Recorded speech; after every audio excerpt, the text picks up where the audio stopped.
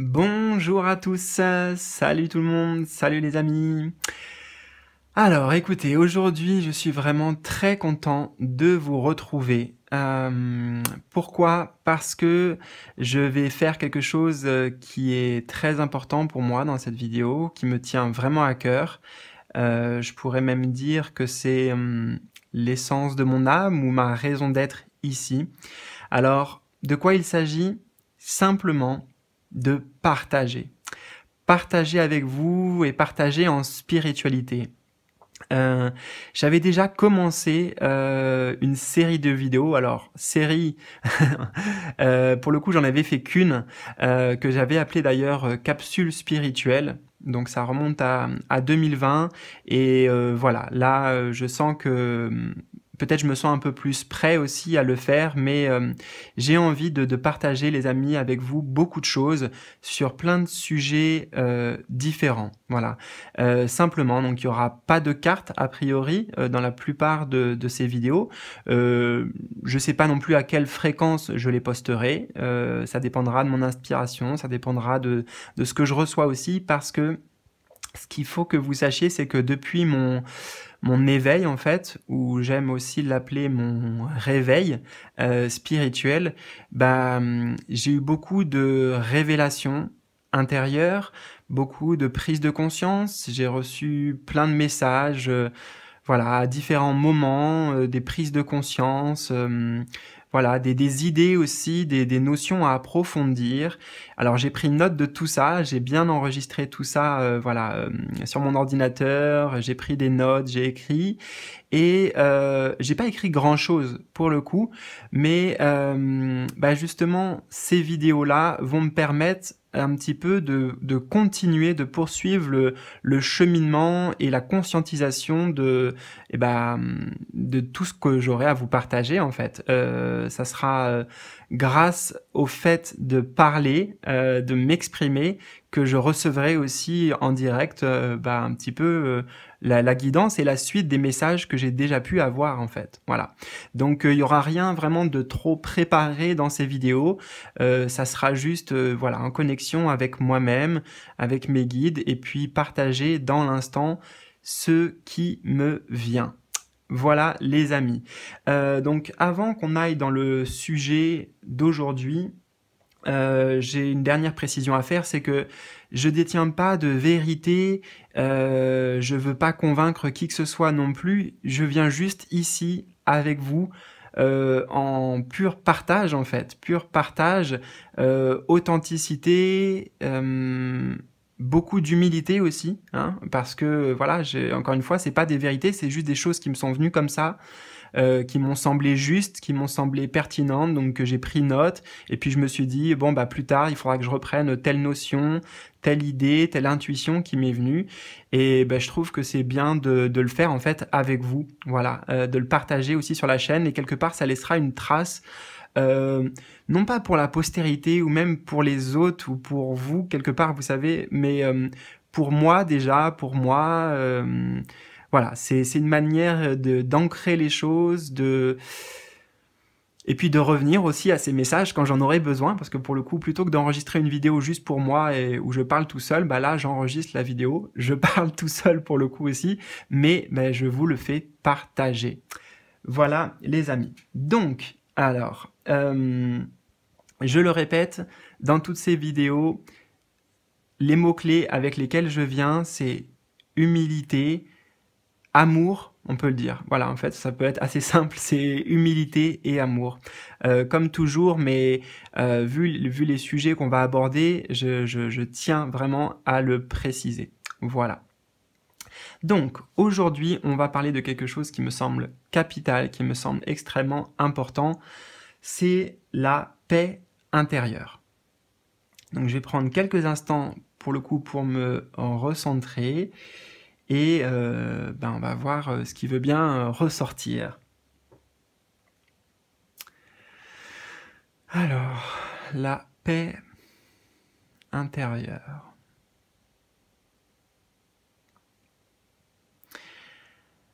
Alors, ce qui est intéressant, c'est que je vais à la fois m'adresser au cœur, à l'âme et à la fois aussi au mental. Je pense que ça va être comme une sorte de cheminement aujourd'hui qu'on va faire ensemble, point par point, tranquillement. On va se laisser porter.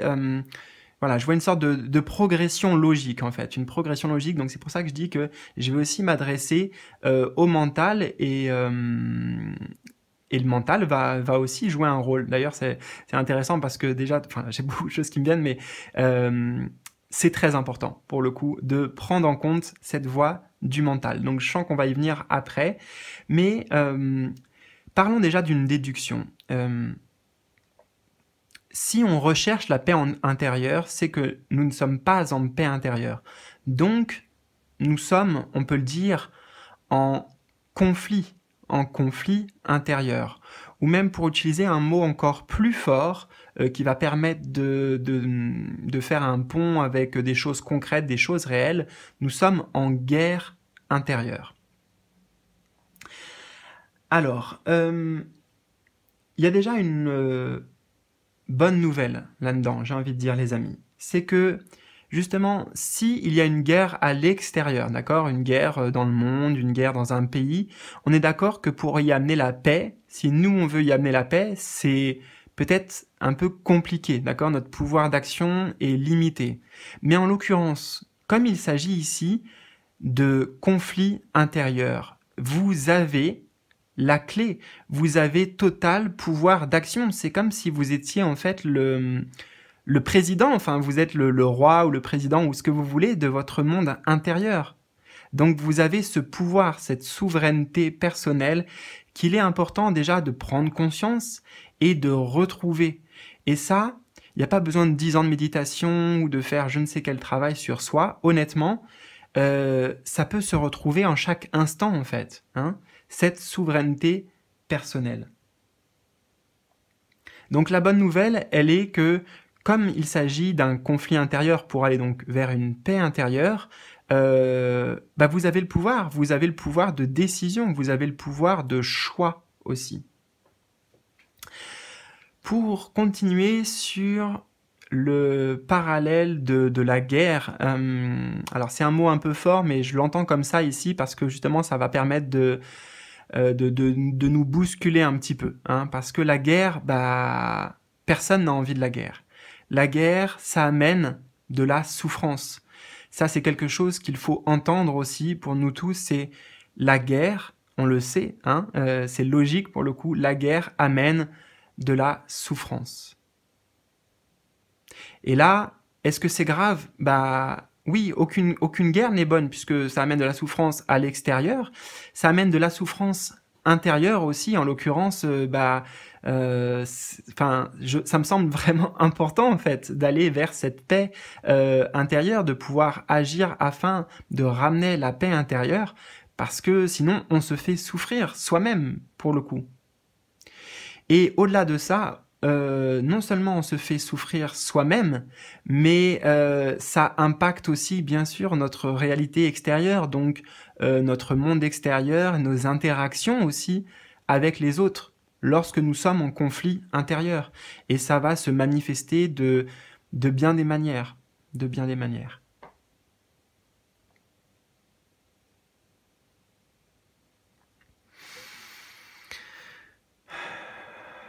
Donc des fois, je vais prendre quelques instants, quelques pauses aussi, pour bien ressentir, canaliser les messages et surtout pouvoir vous transmettre ça avec clarté.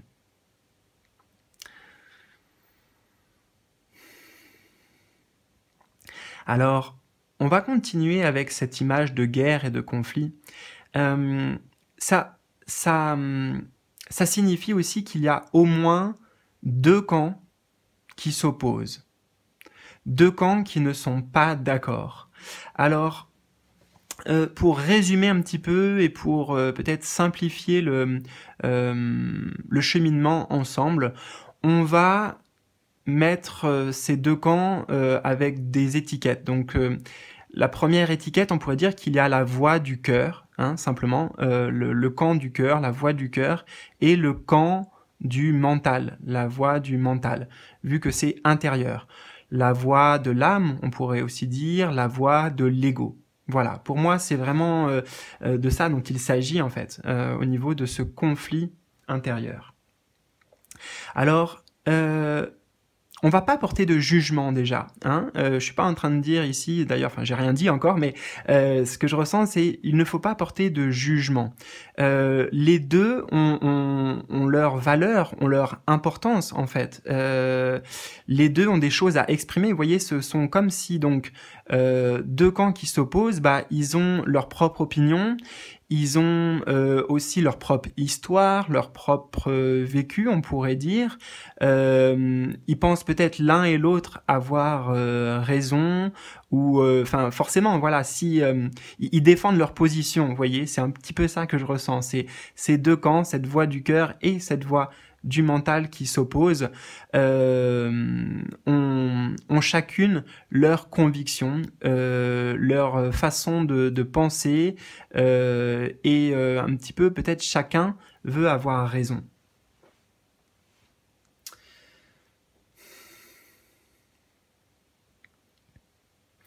Alors, ce que je ressens aussi, peut-être pour identifier justement ces deux camps, ces deux voix, eh bien, c'est que justement, elles ont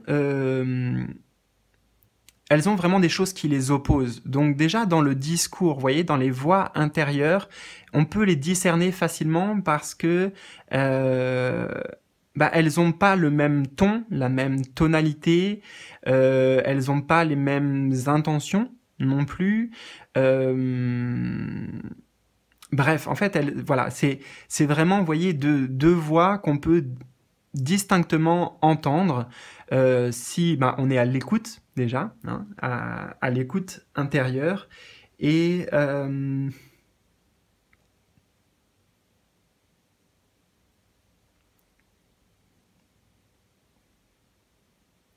je dirais que oui, il y a une voix, notamment la voix du cœur, qui est quand même beaucoup plus douce en fait, beaucoup plus douce. Et souvent, on n'entend pas cette voix aussi parce qu'elle demande, je dirais, de prêter un peu plus attention, de tendre l'oreille. Vous voyez, le mental, l'ego, lui, il est...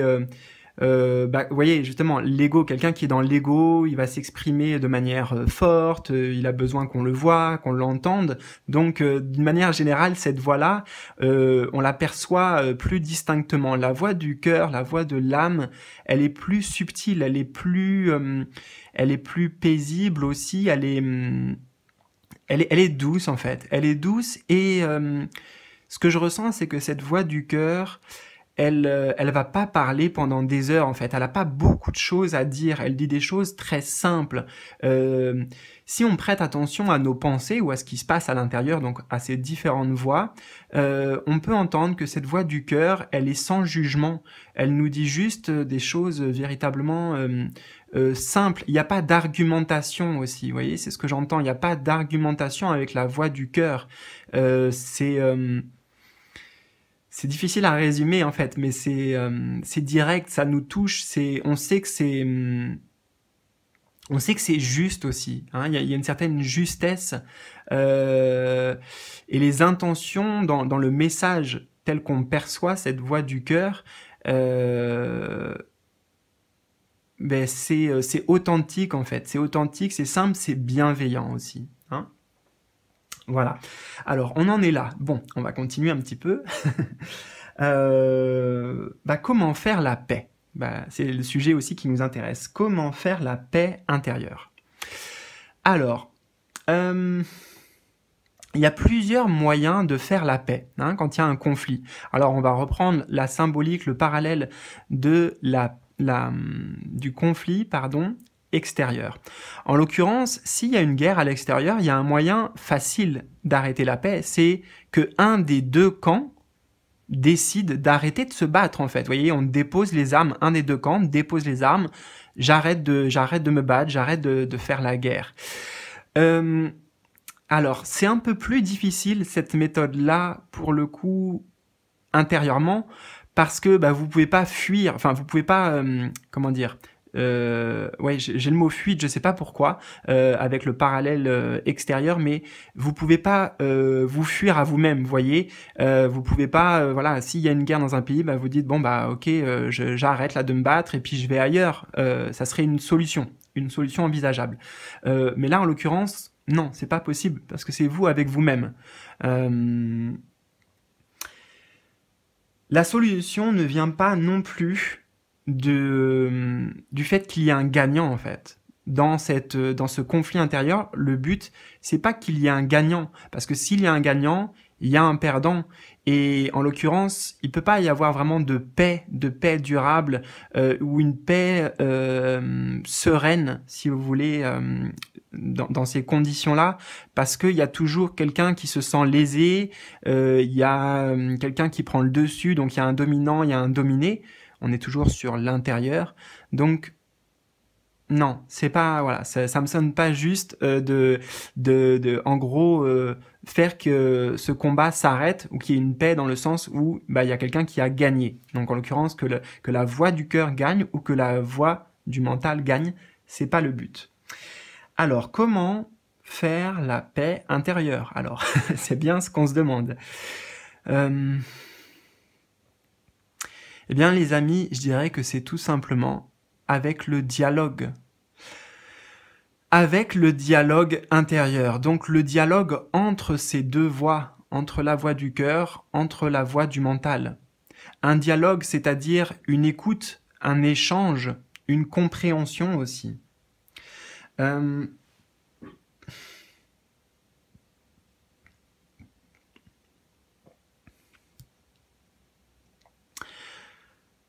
Alors, dialogue intérieur.